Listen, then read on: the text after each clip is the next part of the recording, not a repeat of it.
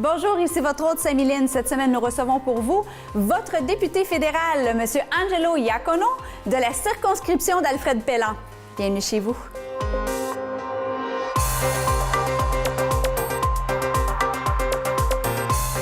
Député d'Alfred Pellan. Monsieur le Président, en cette Journée internationale des artistes, je tiens à rendre hommage à nos artistes canadiens et particulièrement Alfred Pellan, dont ma circonscription porte le nom. J'aimerais également souligner une artiste canadienne lavalloise acclamée par les critiques de l'art international et dont le style est une école en soi. Madame Santina Samadar Panetta, qui a exposé dans les plus grands musées du monde, revient du carrousel du Louvre à Paris avec le premier prix de l'exposition. She has recently won the Leonardo da Vinci Universal Artist Award, and she will be the only Canadian artist representing Canada at the International Biennial in Sicily in March 2017. I invite you to discover her art at santinaSamadarPanetta.com. Je suis fier de compter cette grande artiste parmi mes concitoyens à Alfred Pellan. Merci, Monsieur le Président. On est choyé à recevoir le député fédéral, M. Iacono, du district de Alfred Pellan. Ça va bien? Oui, ça va très bien, Saméline. Merci de nous avoir fait appel d'être ici aujourd'hui. Je voudrais aussi prendre l'opportunité de dire bonjour aux téléspectateurs. Je suis très content d'être ici aujourd'hui pour partager mon parcours et j'ai hâte de répondre à vos questions et que les téléspectateurs ont la chance de découvrir c'est qui Angelo. Votre parcours est des plus impressionnants. C'est ce qu'on va faire découvrir à tout le monde. Donc, vous êtes né de parents qui ont émigré ici? Oui, tout à fait. D'origine italienne? Oui. Et ils sont arrivés ici quand? Alors, mes parents sont arrivés dans les années 50. Mon père est venu avant. Il était ici pendant 1 an et demi. Ensuite, ma mère est venue avec mes frères et sœurs. Mais juste pour dire une parenthèse, mes parents ont vécu 2 ans et demi en France pour apprendre le français avant de venir faire le trajet ici. Et c'est ça, mes parents sont venus dans les années 50 et avec 4 enfants. Je suis né ici au Québec.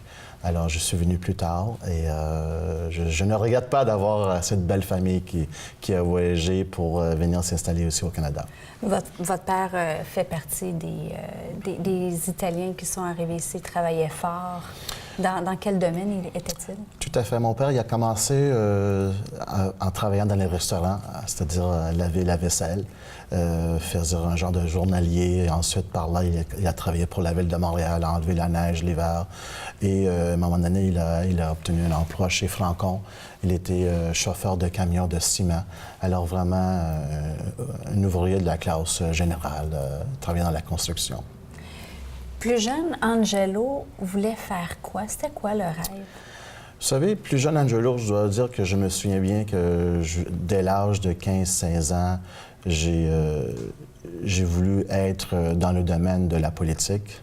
C'est vraiment en faisant une visite au Parlement avec l'école que j'ai été très impressionné de voir le Parlement, de visiter l'intérieur, de rencontrer les députés, de les écouter en train de discuter. Et ça m'a touché, ça m'a impressionné de voir cette institution, de voir ces gens. Et c'est de là où est-ce que j'ai eu la piqûre de me lancer en politique un jour. Donc, c'est dès l'adolescence, on commence déjà à voir qu'on a le sens du devoir. Le sens du devoir, et je suis retourné après la visite d'Ottawa. J'ai commencé à faire des recherches. Dans mon temps, je n'avais pas l'Internet, alors je suis allé à la bibliothèque. Je me souviens très bien, je demandais à la bibliothécaire que je voulais avoir de l'information sur le Parlement, sur les députés et exactement qu'est-ce que c'est le travail, qu'est-ce qu'ils font et comment devenir un député. Et c'est de là où est-ce que j'ai appris que pour être député, c'était pas vraiment un genre de profession spécifique, mais c'est d'être une personne qui est capable. Vocation. Une vocation, exactement. Alors, j'ai trouvé ma vocation qui était d'être le droit et j'ai commencé à orienter mes études, ma vie, ma carrière dans le droit pour devenir avocat, qui un jour m'amènera à travailler au gouvernement. Et de là, apprendre c'est quoi toutes les différentes institutions. Alors, j'ai travaillé aussi comme fonctionnaire qui m'a permis d'apprendre c'est quoi le système démocratique, c'est comment ça fonctionne, toute cette machine. Et... Parce qu'on est quand même impressionnable à cet âge-là, quand même. Oui, je dois dire que, vous voyez, je venais d'une famille de 5 enfants, alors j'étais un peu gâté dans le sens que ça me permettait aussi de visionner un peu mon avenir plus vite. Mes parents m'ont donné beaucoup de responsabilités à un jeune âge. Alors, je pensais comme un... Je crois qu'à mon âge de 16 ans, peut-être que je pensais déjà à quelqu'un de 19 ans, on va dire. Je voyais très mature, exactement. On voulait s'enligner vers quoi exactement en politique? Est-ce qu'il y avait une branche en particulier qui vous appelait? Je dois dire que pour moi, c'est la chose la plus importante, c'est d'obtenir la tâche de devenir député. Je ne m'orientais pas vraiment à dire que je voulais être le ministre de la Justice ou le ministre de l'Environnement. C'était prime de base, c'est de devenir le député, de devenir quelqu'un qui allait représenter une circonscription exactement. Pas quelconque, mais une circonscription que je pouvais m'attacher, que je pouvais avoir une affinité.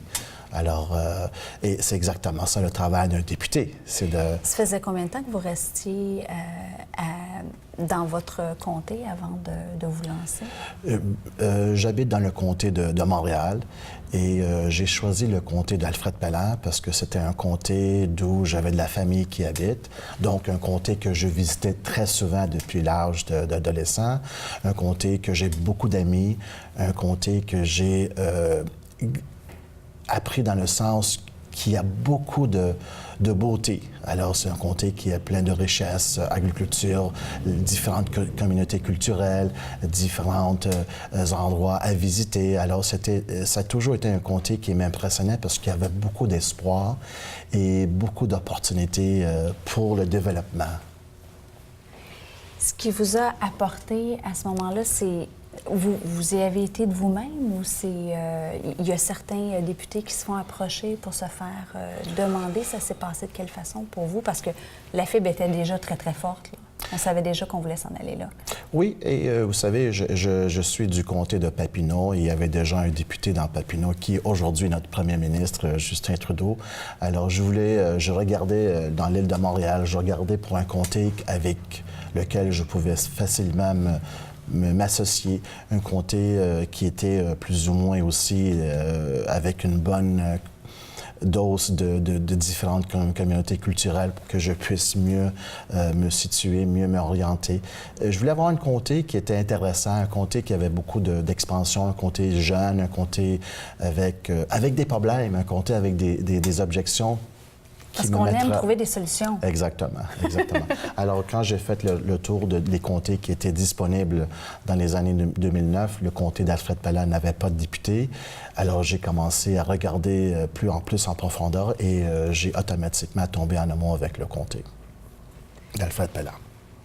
Et on commence notre carrière. On va délimiter Alfred Pelland. Donc, c'est vous, au niveau des délimitations, on parle de quoi? Alors, le comté commence à l'est, on va dire à l'est Saint-François, vraiment à l'est de l'île, le point de l'île de Laval, Saint-François, qui se vient vers l'ouest, c'est-à-dire Duvernay. Ensuite, on a Saint-Vincent-de-Paul, on a aussi Pont-Vieux, on a Vimont et on a une petite section de Hauteuil. Alors, les paramètres, c'est Beauvoir-Concorde, aller jusqu'à Beauvoir-des-Laurentides, Beauvoir de l'avenue de la Casse et aller jusqu'à Saint-François. Vous êtes père de famille. Oui. Et tout nouveau en plus, oui. Félicitations. Merci. C'est important pour vous, la famille. C'est surtout important aussi d'être là pour les gens qui, comme vos parents, viennent d'arriver, qui sont aux prises justement avec différentes cultures. Vous voulez aller de l'avant à les aider. Parlez-nous un peu de ça. Je dois vous dire que je suis très chanceux. J'ai de la fortune dans ma vie d'avoir une épouse, une femme qui m'a permis de faire ce genre de carrière, ce genre de profession, qui m'a aussi donné une beauté, un petit Gabriel Elie, Et vous savez, c'est très difficile parce que la famille est en train de grandir, le bébé est en train de pousser et malheureusement, je ne suis pas là tous les jours. Mais grâce à l'Internet, grâce à FaceTime, je suis capable de déjeuner avec lui tous les matins, d'être là pour le dodo, d'être là pour les bains. Et alors, ça me donne cette opportunité d'être à Ottawa, en même temps être à la maison. Alors, c'est très important d'avoir ce balance, d'où... de famille, de travail. famille. Parce qu'on sait très bien que souvent, on ne compte pas les heures. Là. Quand on est à Ottawa... Non, je ne sais pas c'est quoi les heures. Je dois vous dire que je fais ce travail de député avec beaucoup de passion, avec beaucoup de conviction et avec beaucoup de désir de vous voir, être près des gens, d'écouter. Et pour moi, c'est très, on va dire, c'est trippant d'avoir des gens qui me font appel avec leurs problèmes, avec leurs situations. Et vous savez, chaque cas complété, pour moi, c'est une grande satisfaction. On vient vous voir avec quel genre de problème? On va dire immigration, pension, sécurité de vieillesse, le supplément, problème de visa, X nombre de différents cas. En majorité, c'est des cas qui touchent notre niveau, c'est-à-dire au niveau fédéral. Mais de plus en plus, on a beaucoup de cas d'immigration, les réfugiés, les orienter, les aider avec leur séjour ici au Canada. Alors, c'est un travail qui est très enrichissant parce que ça me permet aussi d'apprendre beaucoup sur les cultures des autres communautés et aussi d'être avec eux pour les intégrer sur notre système canadien, le fonctionnement de notre gouvernement. Est-ce que vous trouvez qu'ils sont bien entourés? On est bien outillés pour les supporter là-dedans? Oui, oui, tout à fait. Tout à fait, ça a été bien planifié. Vous savez, le Canada est très ouvert, très transparent et on a beaucoup préparé à l'avance avant d'accueillir tous ces réfugiés. Alors, c'est la même chose quand mes parents sont venus ici.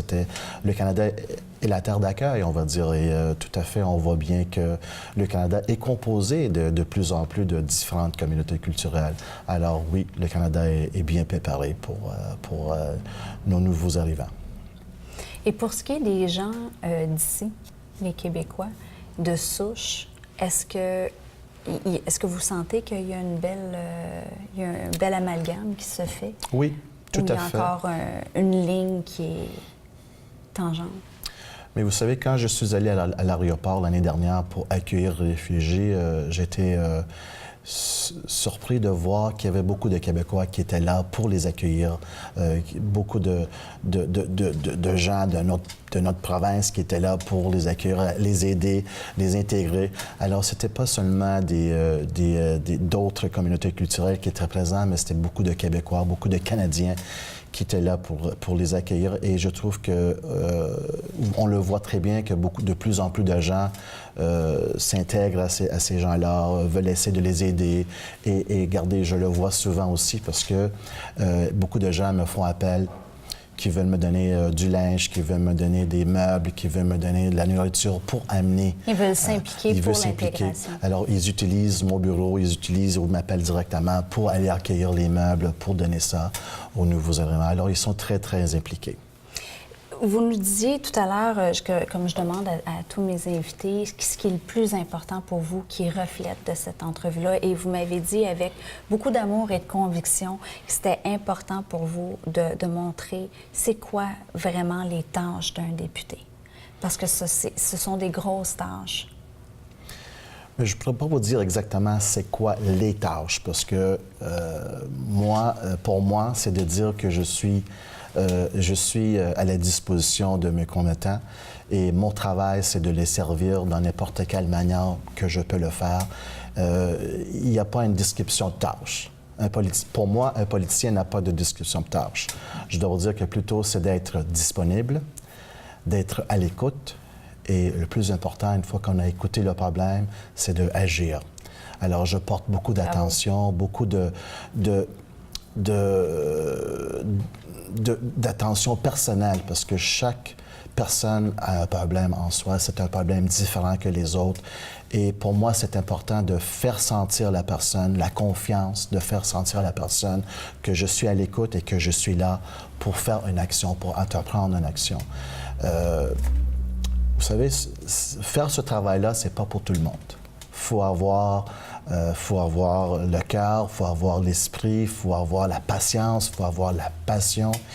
Il faut avoir la colonne aussi. Il faut avoir je laisse ça aux autres, de le dire, mais il faut avoir vraiment le sens de vouloir le faire parce que c'est très exigeant, pas seulement mentalement, mais physiquement. Vous savez, comme j'ai dit tout à l'heure, ça vient toucher ma famille, ça vient toucher ma relation avec mon petit enfant, mon Gabriel. Alors, il faut être prêt pour faire ce genre de travail. Mais vous savez, à travers tout ça, je suis aussi en train de préparer son terrain à lui.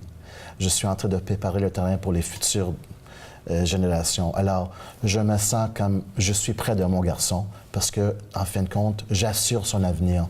Et vous le voyez, ce gouvernement a pris beaucoup d'actions vis-à-vis l'environnement, vis-à-vis les familles, vis-à-vis l'aide.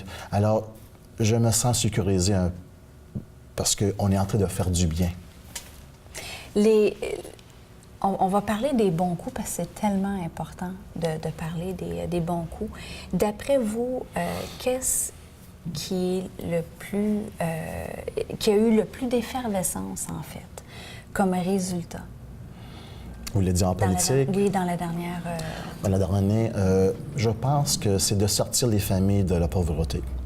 Regardez, j'ai parcouru un peu le terrain dernièrement dans les parties de Noël. Il y a beaucoup de gens qui me disent « Je suis très content que notre gouvernement est en train de nous donner cette fameuse allocation familiale qui vient nous aider, que ce soit 400, 500, 600 $. Vous savez, au bout de l'année, ça fait 5 000, 6 000 $ et ça m'a permis d'acheter un téléviseur, de mettre un dépôt sur une nouvelle maison, d'aider mes enfants, à suivre un cours de piano, etc. Pour certains, c'est directement de mettre le pain sur la table. Exactement, exactement. Alors, je crois que ça a été une des choses les plus importantes et les plus touchantes pour toutes les familles.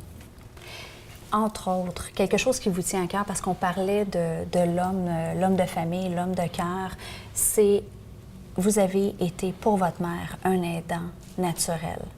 Et c'est quelque chose qui vous tient à cœur et on va avoir des belles nouvelles du gouvernement bientôt par rapport à ça.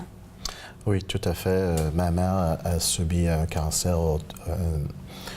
au cerveau. Elle avait un tumeur au cerveau et de là, elle avait besoin d'assistance. Et après le décès de mon père, j'ai décidé de retourner vivre à la maison avec ma mère pour prendre soin d'elle.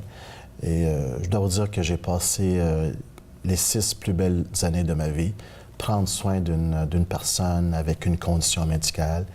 Et vous savez, c'était tout un challenge d'apprendre ça et aussi de savoir comment dealer avec le CLSC pour avoir les services, pour avoir les bénéfices, pour avoir de l'assistance. Et j'ai appris beaucoup et j'ai aussi appris qu'il y a un immense travail à faire là-dessus pour faciliter cette tâche-là. Et notre gouvernement est en train de regarder de la façon qu'on peut aider les familles, qui veulent garder leur bien-être à la maison, qui souffrent d'une condition médicale. Alors, comme moi, j'ai pu le faire pour ma mère, que c'était son désir de vivre à la maison. Parce que ça implique beaucoup de choses. Là, on parle au niveau financier, on parle au niveau de l'organisation, parce que pendant ce temps-là, il faut travailler, il faut aider avec le conjoint. C'est pas toujours évident d'associer tout ça ensemble. C'est un lourd tâche. Ça cause beaucoup de stress, ça cause beaucoup de difficultés parce qu'effectivement, oui, il y a le côté financier, il y a aussi le côté humain, le côté médical, et essayer de jongler tout ça en même temps, c'est très exigeant. Et on veut essayer d'alourdir cette tâche-là, d'apporter une aide aux familles et aussi de donner à l'être humain la dignité la dignité de vivre chez soi, de passer ses jours chez eux. Pas être obligé d'être hospitalisé Exactement, ou d'être exactement. dans un endroit où c'est très stérile comme environnement, loin de la Tout à famille fait. et tout. Ça ne doit pas aider ça à la guérison. Ça va Non. de soi. Là. Et je dois dire que pour ma mère, rester à la maison, être avec les enfants, se faire gâter, se faire pouponner, on va dire, c'est ça qui a prolongé sa vie.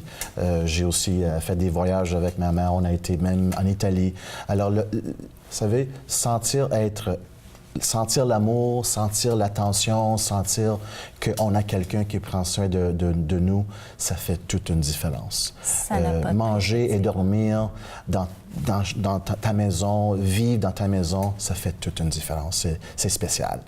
Le gouvernement est en train de mettre en place en ce moment. Le gouvernement est en train d'étudier, de voir quelle façon on pourra venir en aide aux familles qui voudront bien garder leur être cher à la maison durant une situation. C'est comme un retour aux sources parce que avant, on accueillait les parents Tout à fait.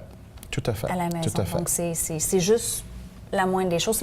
On retourne au gros bon sens. C'est Tout à comme fait. ça que je le placerais. Tout à fait, vous avez tout à fait raison. C'est vraiment essayer d'aider dans le mieux possible, trouver un genre de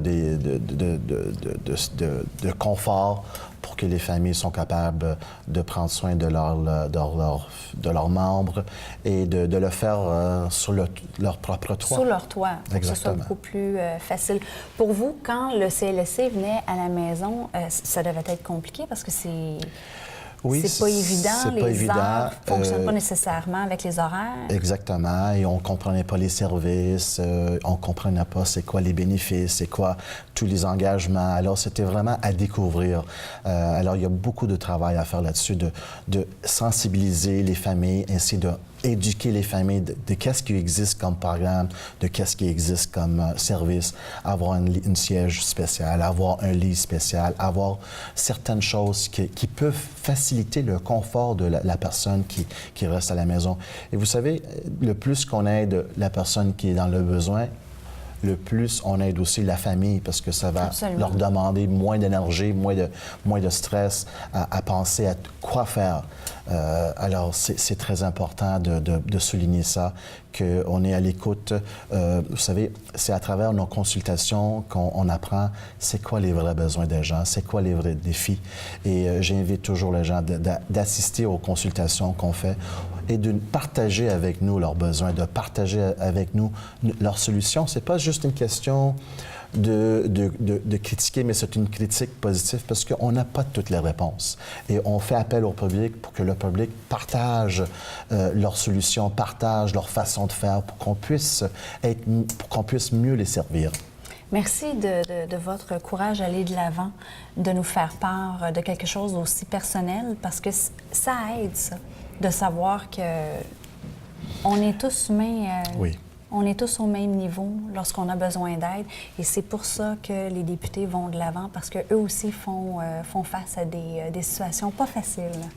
Je vis la même vie que tous les autres et je suis pas plus avantagé que d'autres. Alors, la maladie m'a aussi, on va dire, touché. J'ai eu le cancer en 2012.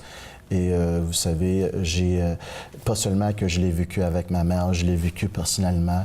Et pour moi, ça, c'était une autre expérience de vie où j'ai aussi appris c'est quoi être, pas seulement l'aidant naturel, mais être le patient. Et c'est quoi les défis et c'est quoi les besoins. Alors, vous savez, qu'est-ce que j'apporte à Ottawa? Vous êtes l'homme de situation à apporter ça. C'est ça. Qu'est-ce que j'apporte à Ottawa? C'est mon expérience de vie, mon vécu, mon expérience de travail, mon expérience en tant que fonctionnaire, mon expérience en tant qu'être papa, et mon expérience en tant qu'être fils d'un immigrant. Et c'est quoi travailler fort? C'est quoi devoir se lever tôt le matin pour élever une famille de 5 enfants. Vous savez, le temps des fêtes vient de passer. Ça me fait toujours réfléchir à ce que mes parents me disaient, que leur première Noël ici au Canada, ils ont mangé par terre. Ils ont mis une nappe par terre et c'était ça la table. Alors, et qu'est-ce que j'ai aujourd'hui? Un fils, le fils qui est devenu avocat, qui est devenu député. Il y a de l'espoir, il y a de l'opportunité. Et qu'est-ce que j'ai appris? La plus grande leçon de mon père, c'était la persévérance. C'est travailler fort et en ayant ces qualités-là, on peut tout obtenir dans la vie. Il faut juste avoir la bonne volonté et la volonté de faire quelque chose. Et je suis fier d'être un fils d'un immigrant et je suis fier d'être ici au Canada parce que vraiment, pour mes parents, ça a été le pays d'opportunité. Et pour moi, c'était le pays qui m'a donné toute cette opportunité de vivre mon expérience, de compléter mon rêve d'être un député. Je ne l'ai pas mentionné tout à l'heure, mais pour moi, c'était le rêve d'une enfance. Et vous savez, je le partage tous les jours avec les jeunes, d'où c'est très important pour moi de donner aux jeunes cette opportunité, ce feeling d'avoir de l'espoir, d'avoir une pensée à think big, you know. Alors, penser grand, il ne faut pas avoir peur de nos exactement. Rêves. Je siège sur différents comités à Ottawa, sur le comité d'éducation aérospatiale et plus particulièrement, je suis aussi sur le comité de transport et infrastructure, d'où je porte beaucoup d'attention. Il y a des bonnes nouvelles là, qui s'en viennent. Il y a beaucoup de bonnes nouvelles sur les infrastructures, il y a beaucoup de bonnes nouvelles sur le transport. Oui, on est en train d'investir beaucoup et je suis très fier que M. Trudeau m'a donné cette confiance de siéger sur ce comité-là, d'où je suis au courant des bonnes nouvelles qui s'en viennent. Je partage aux décisions, spécialement ici pour le Québec. Alors, je suis rempli de bonheur avec le travail que je fais. Un homme passionné rempli d'amour, on aime ça. Je ne pourrais pas vous le dire plus mieux. Ça va déjà trop vite pour nous. C'est déjà la fin. Je veux vous donner le temps de parler à vos concitoyens. J'ai très hâte qu'on se revoie pour pouvoir parler des dossiers à venir dans lesquels vous siégez. Et sur ce, merci de votre générosité en passant. Merci. Alors, je veux simplement dire bonjour, chers amis. Vous savez, mon titre, c'est le député. Mais pour vous autres, je suis Angelo. Je veux bien que vous vous sentez à l'aise de venir me voir à mon bureau. Faites appel à notre bureau. Je suis là pour vous aider, je suis là pour vous accueillir. Et vous savez que j'ai toujours une attention particulière pour mes commettants parce que je tiens beaucoup à donner un service qui est personnalisé et d'être à l'écoute pour que je puisse agir dans votre bien-être. Merci et je vous souhaite une très belle fin de journée et à bientôt. Angelo Iacono, merci. Merci beaucoup. C'est déjà le temps de nous quitter. Merci à tous nos invités collaborateurs et à vous d'avoir été des nôtres pour cette autre émission à votre image. Bienvenue chez vous. Vous savez que cette émission est en rappel 4 fois semaine sur tous les réseaux de TV Laval au bas de l'écran.